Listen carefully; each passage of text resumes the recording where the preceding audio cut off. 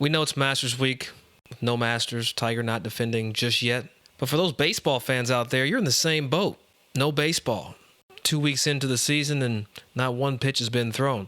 But we got you back. We got Yankees center fielder Aaron Hicks on this week to talk a little bit about baseball, golf, and why he stopped playing golf to take up baseball. Interesting stuff, and it's coming at you like a fastball.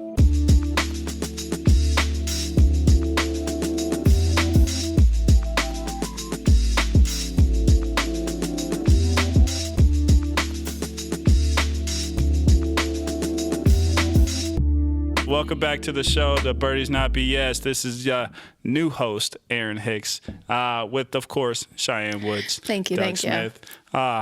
Yo, thanks for having me on the show. Yeah, anytime. I'm super excited to be a part of it. Thanks for coming. There we go. Actually, thanks for listening, because I don't think a lot of people know, like, you actually are a fan of the show, and we appreciate that.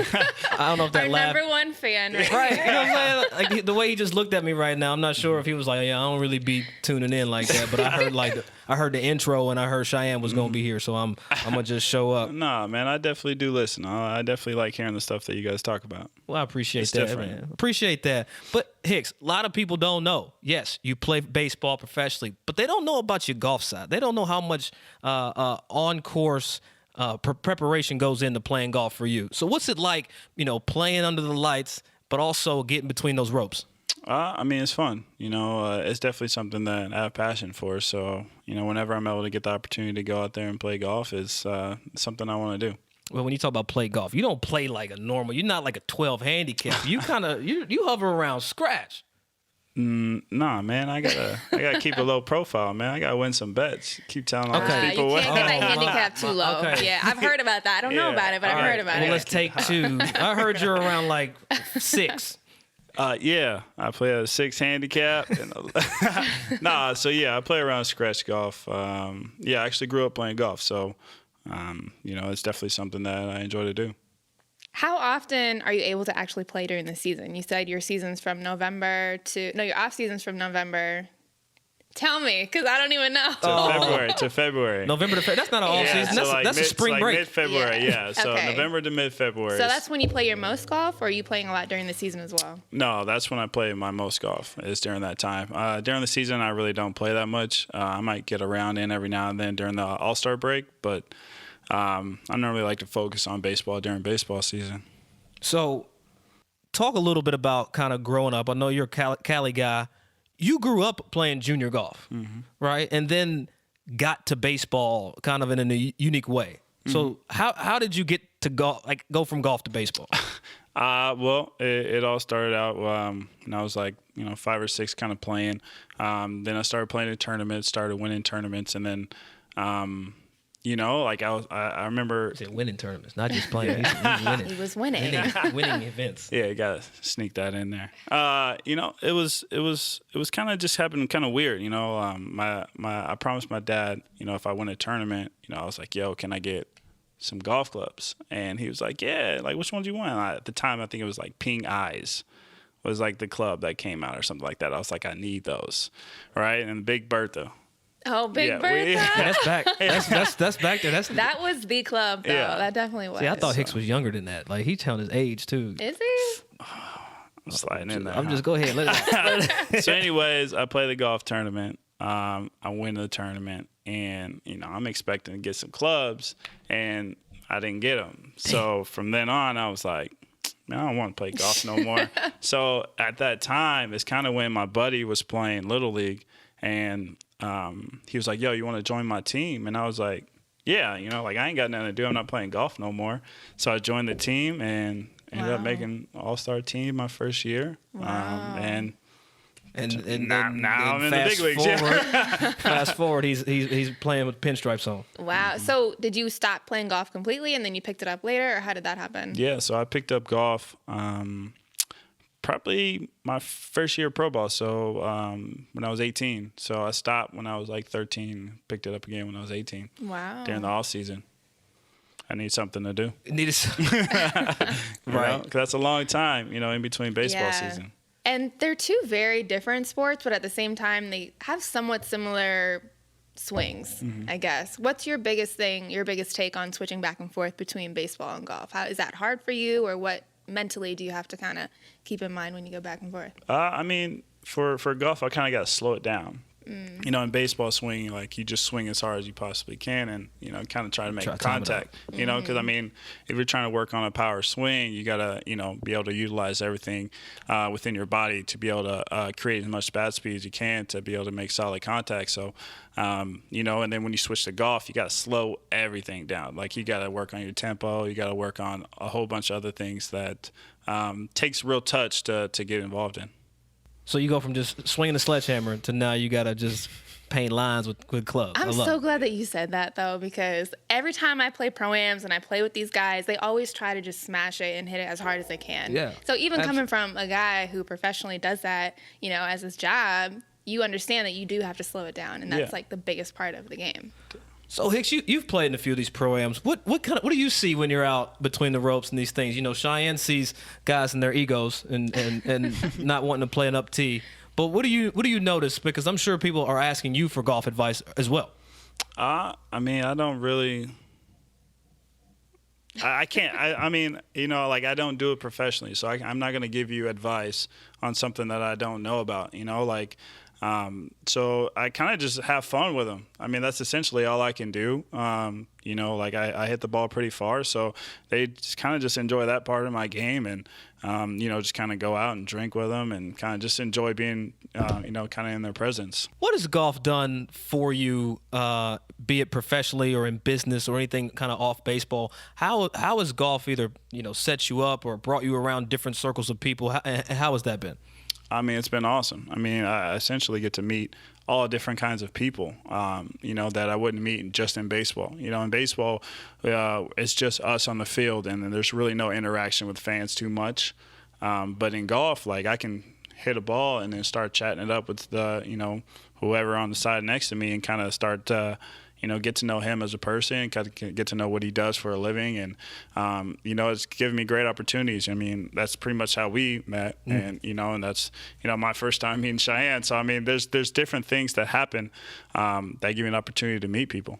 It's such a sport that is social. You're mixing and mingling. You're out on the course with these people for 4 and 5 hours. So you do get to know them in different ways other than like a cocktail party or a business meeting. So you are able to build those unique relationships. And plus you're out there for a time period, right? I mean, golf is, we love it, but it takes a long time to play. Too long sometimes. Yeah, you know, especially if you're playing those events and whatnot, the pro-ams, 5-hour rounds, which we've already discussed in previous episodes. That is definitely a bugaboo of ours. Hicks, let me ask you that. Golf bugaboos. What when you're on the golf course, what are the things that you just can't stand? Your pet peeves like, on the course. It's like, damn it, here they go again with this. Yeah. Like, what are those things for you? Slow play. I can't stand slow play. I mean, I understand if you're like a bad golfer or whatever, but we got to have a limit on how many shots you can hit. Please.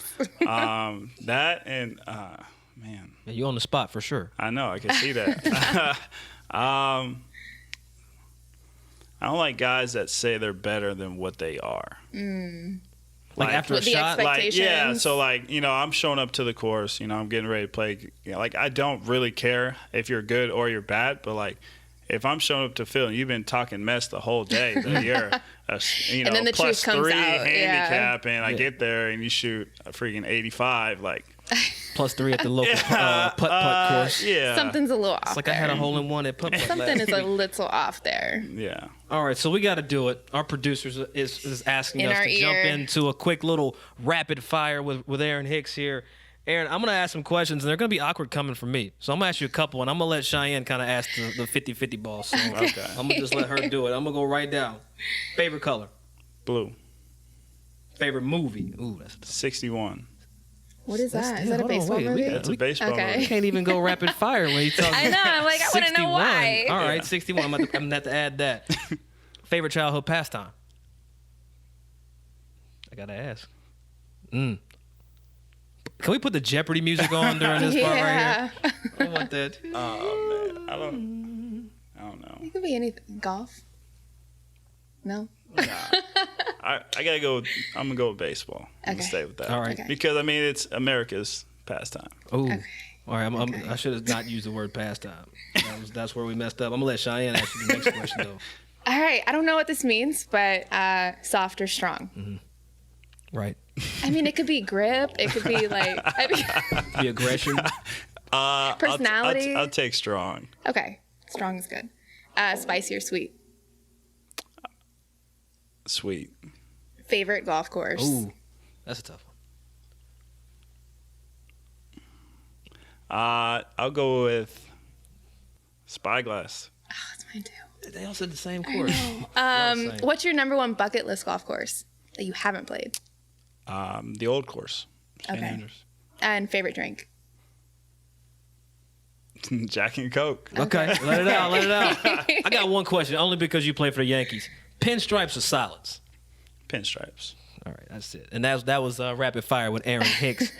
We had mentioned your sweater more than an athlete, and we've had this debate a lot on the show and just kind of in general about golfers. Mm-hmm. Do you think that golfers are athletes? Do I think golfers are athletes? Yes. Because you're talking about yourself. Yeah. I think golf is. It depends on how you do it. Mm-hmm. I think if you're a car guy, I don't think you're an athlete. True. It doesn't take much for you to play golf with a golf cart. Yeah. But if you're walking the golf course, you're an athlete, because I've done that before and it's not great. Yeah, and I guess, like you said, it depends on how you're playing. Like professional golfers, would you consider them athletes? Yes. Okay. That's fair. That makes me feel better. I know, me too. Of course it'll make you feel better. Because some people don't think. People consider golf like a hobby or like a skill set game versus an actual sport. So I'm glad that you said that. Yeah, I'm not though. I'm glad you glad, but now I look like a non. Yeah, because I'm you said that it non-athletic. wasn't a sport.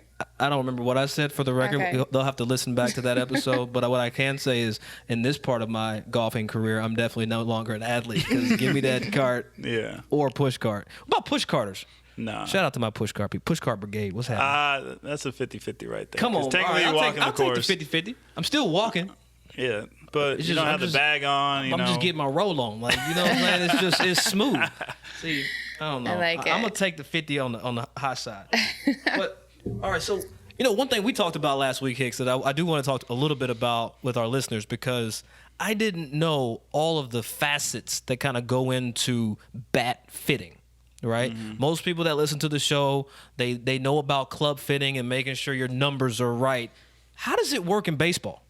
I mean, everybody's different. I mean, you got different barrel sizes. You got different handle sizes. You got different mid sizes on your barrel. I mean, there's just a lot of things that go into it. I mean, the ounces, the inches. I mean, there's just different things that you have to worry about when you're starting to choose a bat, because it's all about what's your consistency on contact. Like if you're constantly getting jammed all the time, you gotta go to a shorter bat, or you might need to go down and wait. But it's all different depending on what your swing is like, and also it varies throughout the season. I mean, the more games you play, the heavier that bat's going to feel. So at some point, you got to make that switch into a lighter bat or go down in, length. Interesting. That's crazy, right? I never knew I know. that much That's what I'm about saying, baseball bats. But it is so similar to golf because it's so personal to you, your game, your body, your swing. Absolutely. That's really interesting to hear. So when you get fit for clubs, what's in the bag right now, first of all? I got the TaylorMade 730s with the new TaylorMade wedges that just came out. What are they called again? Putting you on the spot. Yeah, They're called mill grinds. Yes, Sorry. yes. Jeez, milled grind from. Yeah, I got Good that. job. With Thanks. I got that with the M5 with a driving iron because I don't need a 3-wood. That's some cocky stuff. Okay. That's some cocky. I mean, I had to let that breathe for like I a don't quick need a second. 3-wood. I don't need a 3-wood. I need real, a like, 3-wood, a man. 5-wood, a hybrid. Right. It's just a different game. Hicks plays a different game. When he came in the studio last season, I mean, I thought he was going to put a hole in the screen. I mean, Wow. these guys got speed. But, Yeah. it's funny, like, I've had the opportunity to fit, I fit John Lester, I fit Chris Bryant. These guys got speed. I feel like baseball, the way the baseball comes over into the golf swing. how it translates. Like, it just translates to just power. Yeah. Just power. But I find it interesting, though, the fact that he talks about weight in a baseball bat. And to use your expression, getting jammed, right?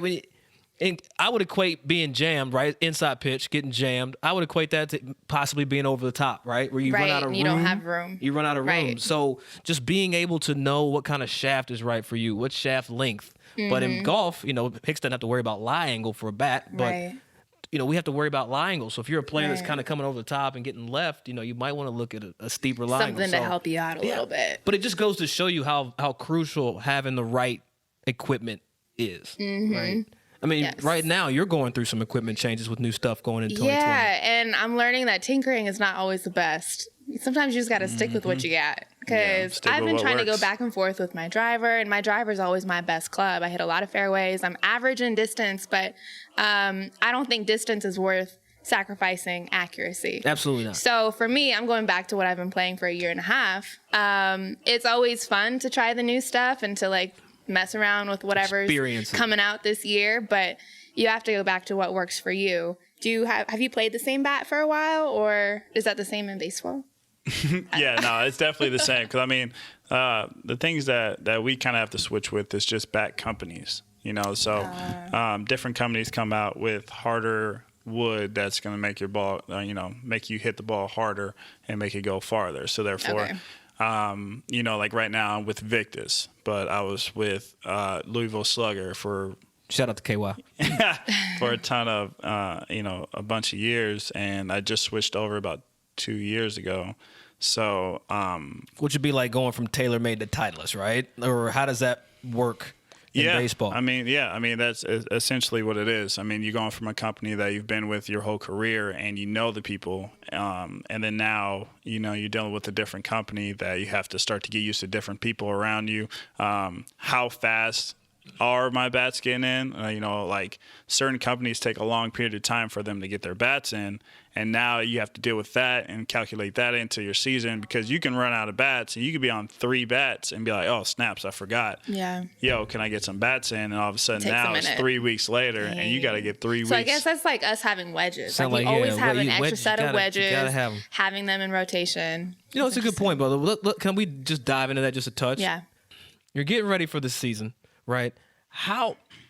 What do you prepare? Do you have wedges with multiple bounces? Do you have wedges of multiple lengths? I don't know why I said that. But what do you do as it relates to getting ready for the season as it relates to your equipment? So I always test stuff and see how the numbers look, see how it feels. But like this year, I'm sticking with what I played last year. Wedges, I'm switching maybe every few months. So I'll get a few sets of wedges to start the year, make sure they have some on hand. And that's really it. I'm not a big tinker. Do you change bounce at all? Like if you're It playing depends. like a U.S. Open It depends. versus For a special Florida lushy. a special week, yeah. So if I go and I play Pinehurst and it's super tight, or I play over in Europe, link style where it's super tight, firm, I might mess around with the bounce and see if a different type of bounce or wedge would help me more so in those conditions. Well, I love it. Well, thank you for that enlightening Anytime. That's what I'm equipment here conversation. Bat fitting, wedge grinds. I love it. So, Hicks, I want to switch gears. I want to talk about this shirt you have on, because I think the message is something that kind of resonates with me personally. But as a professional athlete, it just seems that your shirt says more than an athlete. What does that statement even mean to you? And how are you more than an athlete? Because I can imagine a lot of people, when they see you or hear you're coming, they're giving you the celebrity approach. But what does that mean to you, and how are you more than an athlete? I mean, for me, it's all about what you do while you're playing. Like how can you affect people's lives, in not only just what sport you're playing and the fans that they're a part of. It's all about how can you affect their lives, so like pretty soon here, I'm about to start working with the Urban Youth Academy more in depth and start to do more stuff to get, more black people into baseball. Same thing as you guys are people are trying to get, black players into golf or black women into golf. It's kind of goes hand in hand on the struggle of how can we do this and how can we get more people into it and how can we get that that interest level a little bit higher to be able to get the best people to just play the sport and kind of get an interest in it and go from there.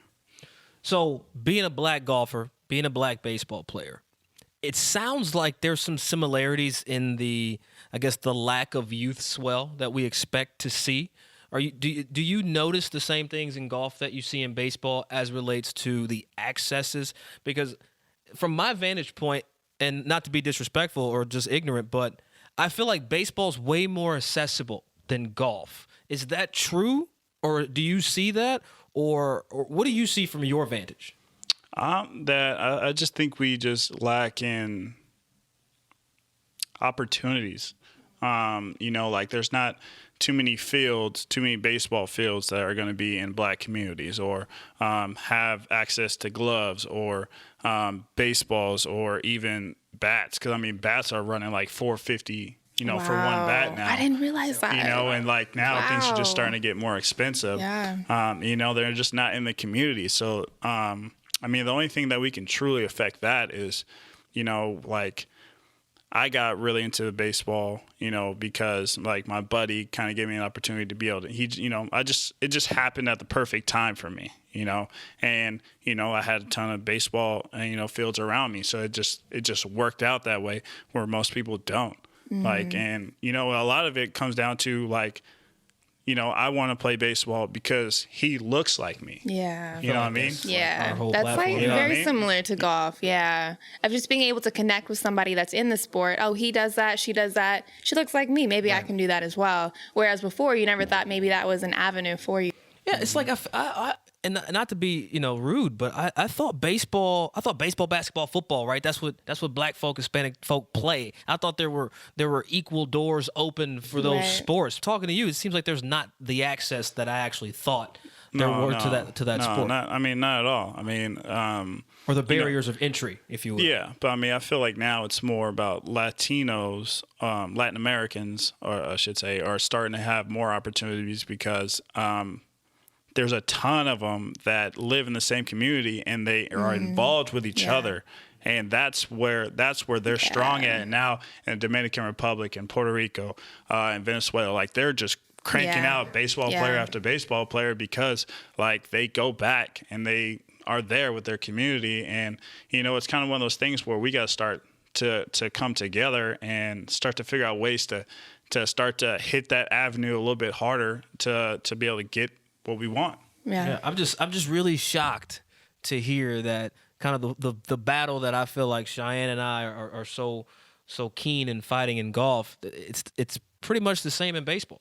Now, switching gears just a touch, but to stay on the same topic, as a professional athlete, an African-American male, when you're playing golf, how are you received at these clubs? Are you received like the brother from down the street, or are you received in a different light, in a different manner? I don't know, because it just kind of all depends. Like I feel like I'll go to a golf course, I'll play around with somebody, but the beginning of how we're playing is typical, like I'm just playing golf with another person.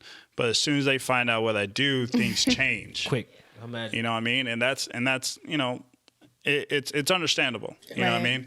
But that's kind of just the way things are. But if we're able to change the way things are and start to be more like, you have an opportunity to play this game, or start to kind of push people more towards that, I think it would be amazing for us. I love that. It's nice to hear people kind of on the same boat or in the same boat fighting the same battles. I feel like as a whole, like there's certain places that Black and brown people just don't have the accesses to. Yeah. Is it a money thing in baseball? Like when you're talking about youth and playing game and getting minorities into baseball, is it a money thing? Is it nobody, boys not playing? Like, what is it that you see from your vantage that is the barrier to entry for Black and brown folks in baseball? It's definitely a money thing. Because in baseball we have, Little League, we have, travel ball teams, and travel ball teams is really where it's at for players to kind of get that development on a little bit more faster pace, because now you're playing with better players. and you're playing in tournaments and you're constantly competing against people. Whereas if you're only going to play in Little League, and once the Little League season's over, and now you got to wait till next year to get better, like that's too long of a time. Now, what if we don't even have Little League?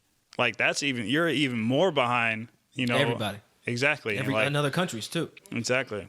It's scary to see how competitive and how serious that these, whether it be baseball, golf, soccer, they get so intense at such a young age. I mean, kids in golf playing AJGAs, traveling throughout the summer, that gets expensive. Yeah. And if you're not able to have access to that, you're so limited to how good you can get or how competitive you can be compared to someone in Sweden or someone in Spain who has their government supporting their national team and supporting the junior foundation. Their federations. That's the biggest thing that I've noticed in the U.S. versus international is just the backing. And it's so nice to hear that, Latin Americans going back and putting back into their community has made such a difference, because we've seen that in golf with the Koreans. It wasn't until Saeri Pak on the women's side won the U.S. Open that Korea really blew up in the golf world.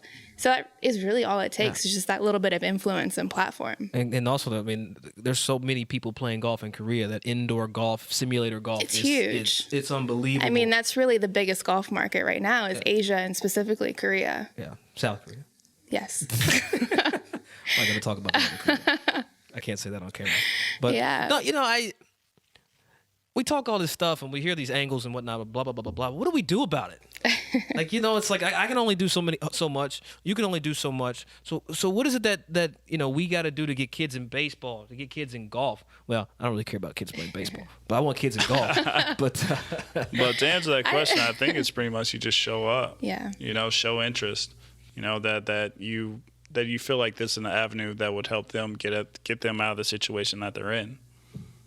Yeah. So have you gone back into different communities and how are you affecting that change that you want to see? Well, I mean, the Urban Youth Academy is one of the things that affected me the most, because I mean, they literally gave me everything I needed to be able to get to where I am now. So for me to go back and kind of just to be there, makes a difference, because I mean, if kids think that they're going to see me there, they're going to go. Yeah. You know what I mean? Yeah. And that's what's awesome. And that's the return that everybody wants as a player, is to be able to be like, you know what, like I had an opportunity. This is the company or the facility or the place that gave me that chance. And now the fact that I can go back and do the same thing for somebody else, even if it's only for like 5 other kids, that'll end up being the ones that get the opportunity. Like that's winning. You're on the right track with that. Yeah. I love it. But I do want to say this. Speaking of kids, you just celebrated your first child's first birthday. Yes, Oh. yes. So let's talk about kind of how you were raised and how you kind of are going to try to plan to raise your son. Is he going to be I mean, I know he's going to get to choose, but are you going to put a golf club in his hand, or are you going to put a baseball bat in his hand? I mean, I was forced. Yeah. I kind of played sports by just me wanting to play sports. So I feel like if I kind of lean my son to, I mean, he's going to grow up watching his dad play. I still have 6 more years on my deal. So he's going to be at least 6 by the end of it. And he's going to know, what baseball is like. Mm-hmm. You know what I mean? So he's going to be around it all the time. So if he just so happens to pick that up, then awesome. But I mean, I'm not going to force anything on. I'm going to keep playing golf once I'm done playing baseball. So, that's one of those things that, if he wants to play, I'm in. If he doesn't, I'll just hopefully my second son wants to do it. So how do you Try the next one. Yeah. When's that album drop again? When is your newborn gonna be born? He's going to be born in May 13th. Wow, both of you guys. Mm-hmm. Hey, don't be putting my business in the street. Oh, my bad. Don't nobody know. It's on Instagram. Yeah. Oh yeah, it's real. It's on Facebook or It's on Instagram. the It's Yeah. real.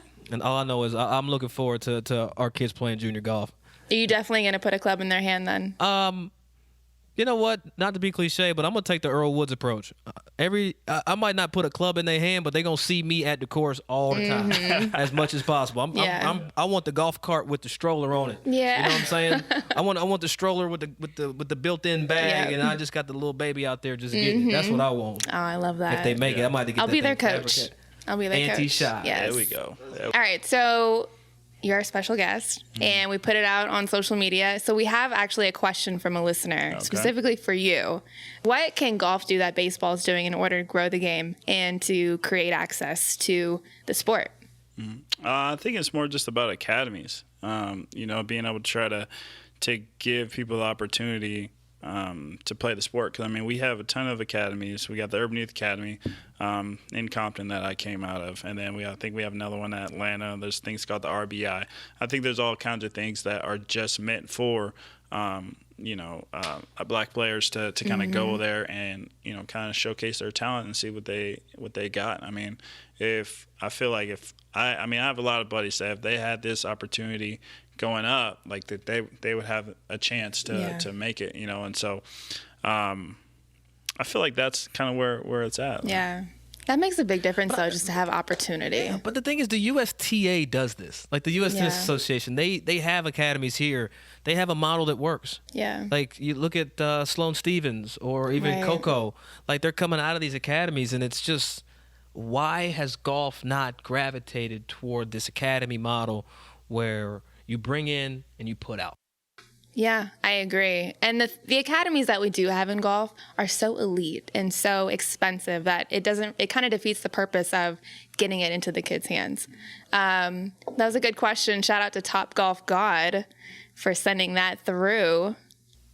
So Hicks, on a golf side, when you do come back from Tommy John's, so we'll just actually take this from a whole different section.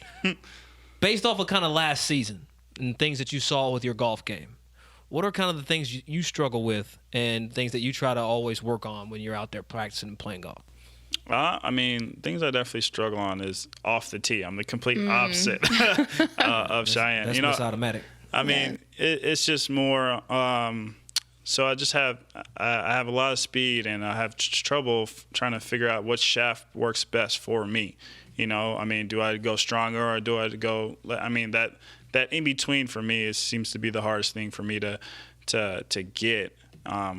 But everything else is fine throughout the bag. But I just I can't get off the tee, and if you can't get off the tee, then you can't really do much. Man, it's frustrating. I don't know, but it is frustrating because you see it, Shy, right? I see everybody that when they don't hit it like you, they struggle off the tee. That's why I think it's so impressive to watch Tiger, because he's not great off the tee, but he's great at scrambling. He's great at just that creativity wherever he is on the golf course. That's what makes it exciting, though. You play exciting golf. Yeah, she's the only person that can talk about the golf like that. Unless you're playing in a Florida course where there's just trees and houses all over the place. Yeah, that's no good. And now you just bang, dinging all over the place. That's no good. Or you play at Phoenix Country Club where you can miss left all day.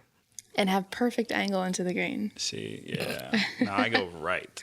We got to fix that. We're gonna get you in. Are you right-handed or left-handed? I'm right-handed. Okay.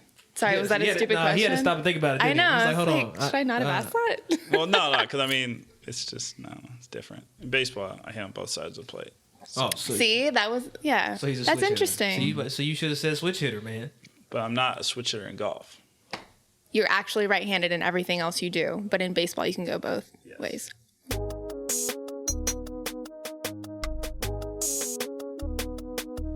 As you all know, the way we wrap up our show, we like to turn it up a little bit, where we take golf from Golf 101 to golf more like 205, where we get technical. Today we're getting technical with Aaron Hicks. The one thing I want to know, Hicks, about, as we get technical, how do you manage nerves?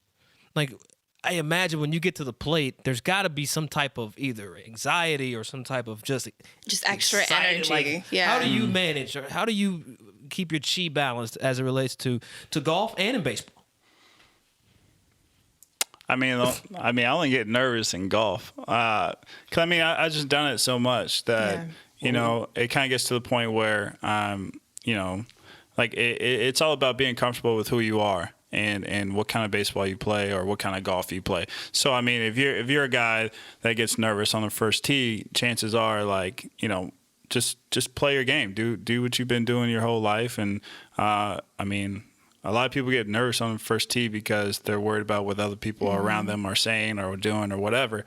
I just think that if you just focus on what you're doing and just hit that shot that you've been banging down the middle all practice right before leading up to it on the range, then you're going to be just fine. So what about different game situations? Your nerves still don't ever come up? Or like, for example, on the 18th hole, you have a 4-foot putt to win the tournament. That's a little bit different of a feeling than, you know, maybe the third hole. So do you have anything like that in different game situations to where your body or your mind just might be a little bit different? I mean, there's a ton of stuff like that. I mean, if you got like a man on, you know, first and third with one out. I mean, for a baseball player, anything to the right side is essentially all you want to do is score runs. So you want to score as many runs as possible. So if I'm able to slow that down and give myself an opportunity to just think about one thing instead of trying to do everything at one time, like, you know what I mean? That's very, very important. That's the best way to do it. That's good golf advice. Turn everything off and hone in on one thing. One thing, keep it as simple as possible. For me, I always, at the end of the day, just be an athlete. See the shot and just feel it and just hit it. Yeah, so. I mean, you know, you got that pin tucked in the back, just hit it in the middle. Just do it. No, not Cheyenne. Cheyenne, she takes dead aim. She got a 9-iron down. She's taking dead aim. Yeah, for sure. But I think it's interesting. So was there ever a moment where you felt like, I guess, the nerves turned off? Because I imagine when you got to the league at 18. Yeah. You had to have some type of something, right? Some type of nerve, some type of either excitement. Like, I think people always take nerves and think of it from an uneasy perspective. But like that, let's freaking go. Yeah, those you are can nerves. use that as adrenaline. It's kind of like stress and eustress. There's a positive way to say this, and I don't mean this in a negative way. Yeah. But when you got to the league, do you remember being like anxious, like ready to freaking go? How did you kind of calm down, or what kind of methods and things did you use then that you've gotten used to now? Well, I mean, the thing about baseball though is like as a hitter, you're always going to get 4 at bats. So like your first 2 may suck, but you always have that opportunity that just keeps on coming throughout the game. But I mean, as far as a big situation, you know, say the winning run is at third base and, you know, I have to get them in. I mean, the best thing for me to do is to just remember that I've done this before. You know, like this is the same box.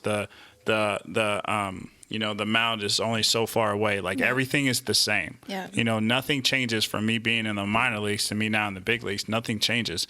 I mean, the only thing that changes is my mindset and what I'm thinking in the box that could either maximize the situation I'm in, or I can just choose to slow it down and just focus on something simple. I think it's great because you take the mindset that you've been there before. So you've seen, if you've been there before, you've either had success or you've failed. So if you've been there before, you can draw from either one of those circumstances to try to make this and adjust to that situation. Yeah. What about you, Shai? I mean, we touched on a little bit last season about, you know, how to manage nerves. But for you, you talked about having that putt, that 4-footer to win. What does that feel like, and what do you do to manage it? The biggest thing, just when you're in the moment, is, again, just sticking to your routine. You know, that's why routine is so important, whether it is on the 18th hole or, you know, it's just a random round with your buddies. Routine is important because it clicks, something in your brain clicks to where you get into that flow. And if you do feel the nerves, even in that situation, for me, you know, focus on your breathing, focus on something very small, very simple. So you just really have to simplify it as much as you can and have different tools that you can use and just go to in that moment. Yeah, it's funny. I watched that Tiger Woods How I Play Golf, and I'm actually wearing the same shirt that he wore in that. You're such a golf nerd. No, I just realized it actually in that very moment. But he said something interesting. He said, "Am I ever nervous?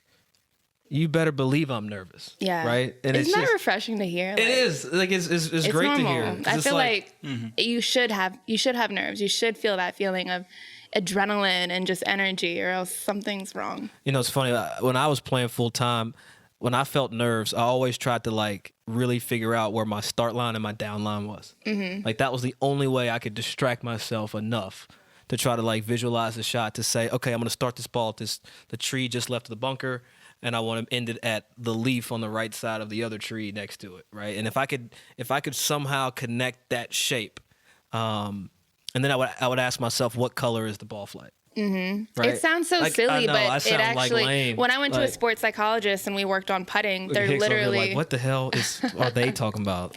you're literally visualizing a line from the ball to the hole. And they're like, what color is the line? Is it dotted? Yeah. Does it have a pattern on it? Because you have to be very specific when you are visualizing, because it gets you that much more dialed into exactly what you're saying and exactly what you want to do. Then your body just connects. See, and I have to ask, you played the Monday qualifier last year for the Phoenix Open. When you got to the first tee, different ballpark. Yeah, I definitely. know you love the metaphor. Definitely. What was that experience? Because now you're a professional athlete in one sense, but you're not a professional golfer, and No, it's at a all. whole different. I mean, the gloves are off at that moment. So, what was that experience like, and how did you manage? Or what did you feel? There had to be something that you experienced being in between those ropes. No, yeah, I was definitely nervous for sure. Because it was something that was different for me. Stepping in the box is completely different than stepping on the first tee. So I do remember that I went far right because OB was left. So You're going to say far away from that. yeah. So I mean, I just wanted to be able to give myself an opportunity to have a second shot, and like I was playing at McCormick Ranch. Right. I mean, and I knew that I had room right, and I just wanted to get off the first tee. You know what I mean? So Yeah. like so like I was lucky enough to have that. Sound like us, right? Been Right? there. Yeah. I just want to get off this thing. Get me out of here.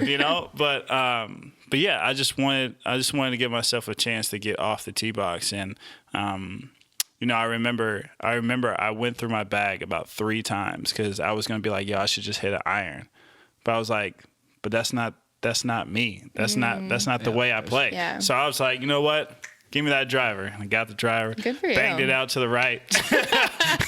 You knew where it was going. Yeah. I just knew that I just wanted to give myself that a second second chance. shot. Yeah. Yeah. I mean, and then after that, I was cruising, and then the real excitement of being out there on the golf course hit me about the 13th hole when I was like, and I was like, yo, I got to do something. Yeah. Like, I got to start making Yeah. some moves. It's either going to happen or it's not. Exactly. Yeah. So, but Pass fail. yeah, but I literally went to my mindset of like, you know what, I got to start taking chances, and if something bad happens, like, At least you tried. at least I went for it. At least I can say that, you know what, I went for this. And 5 over later, In 5 the holes. tournament's over. Oh man. And then I went to go watch the real pros play. I had some cocktails at 16 Exactly. for sure. Oh, Yeah. good. Well, I can't thank you enough for taking time out to come join us in the studio. Yeah. That's what we'll call it. We'll call it the studio. Shout out to our producer, Maribel Quesada, for always holding us down with the set here. The whole setup. Thank you, Aaron. Thank you, Shy. Shy, where can they find us? You can find us on Birdies Not BS. On Instagram, Twitter, Facebook. Aaron's helping me. I might let Aaron run it, man. It's been a minute. Dang. Take 2. Or if you want to send us questions, we have birdiesnotbs.com as well. You have it.